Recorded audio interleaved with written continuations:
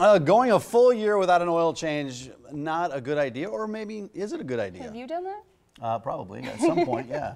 Well, a new product says you actually can do that, but is it right for your car? That question's part of today's lineup. Okay, here we go. We're going to get some insight. Welcome back, the owner of Certified Transmission, Peter Fink. Good to see you, Peter. Always a fun time coming. I look forward to it. No, it's good having you. And I think this first question is an interesting one. Like I said, I may have gone a year without changing my oil when back in my college days. Who knows? But let's start with this question because Matt, he asked a good question.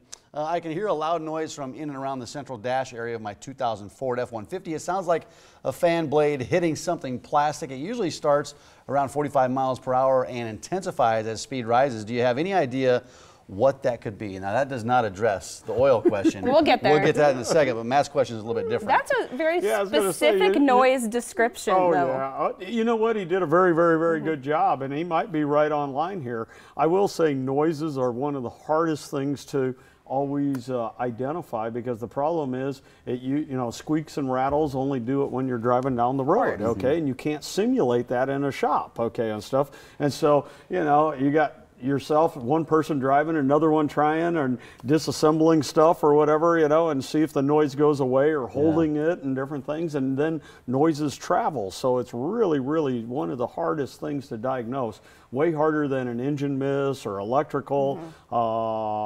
Vibrations is the other one, okay, and stuff, but usually noises and vibrations go together.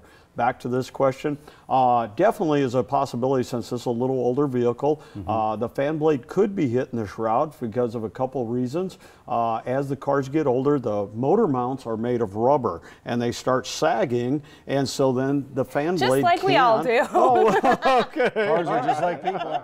Just like people. You know, and stuff. And so then the fan blades could, or the motor mounts could actually be bad. And when you're stepping on the gas, the motor actually raises up a little bit, okay, and then that fan blade could hit, because that does have the old style fan on it that's driven by belts and pulleys and the water pump, and instead of an electric fan, and so it surely can. It is a pretty common deal. So I would definitely check that. The best way to check it is put your parking brake on, have the hood open, and then put it in drive, push as hard as you can on the brake pedal, and then slowly apply some gas to the gas pedal while you're in gear, and the car won't move, obviously, okay, but you can see then with the torque is the engine starts moving. If the engine moves a lot, your motor mounts are sagging or bad or ripped or whatever, they need to be replaced, okay? If it isn't that, the only other possibility I'm thinking, since it's coming from the center, is that we have a cracked flywheel by the automatic transmission, okay?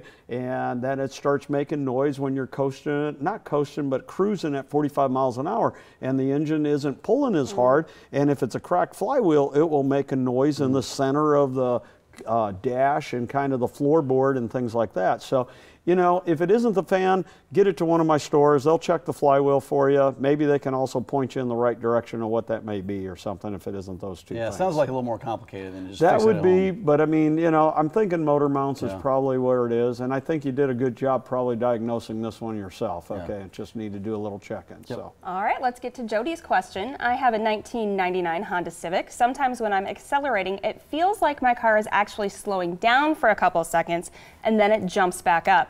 Does that mean my transmission is slipping? Of course, your area of expertise.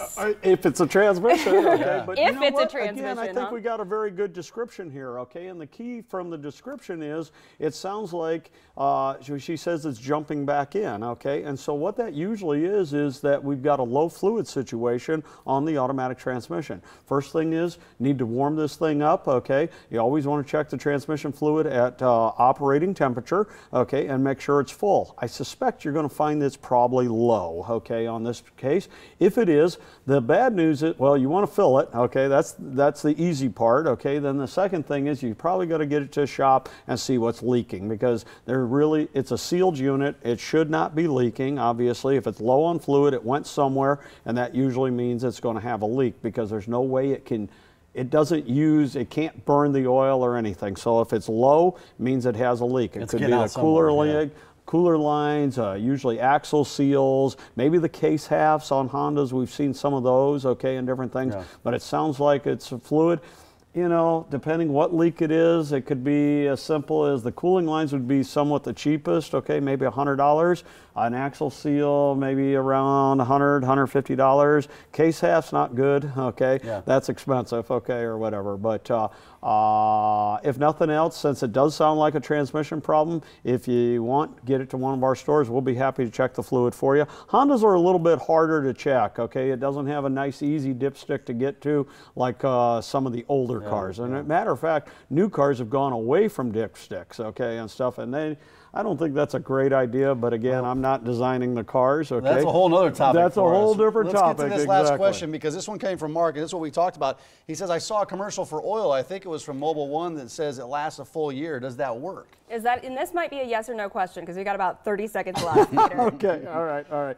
Mobil 1 to me is the best motor oil you can buy, okay? It is a truly synthetic motor oil, and it's not really for age, it's how many miles. A Mobil 1, you can run 15,000 miles, okay? So if you're driving less than 15,000 miles a year, Mobil 1 is once a year, okay? And it does work. Don't use the 3, you want to use mileage, it ain't so much time. That's for any motor oil, okay? That makes sense. All right, certified transmission, 5 area locations. If you got a transmission problem, take it to one of those locations. Peter, thanks for coming in. Appreciate it. Always fun. See you soon. And of course, you're welcome to submit your own questions for the experts at Certified Transmission. Head to our website, omahamorningblend.com, and click on the Certified Transmission tile right there, or just post questions on our Facebook page.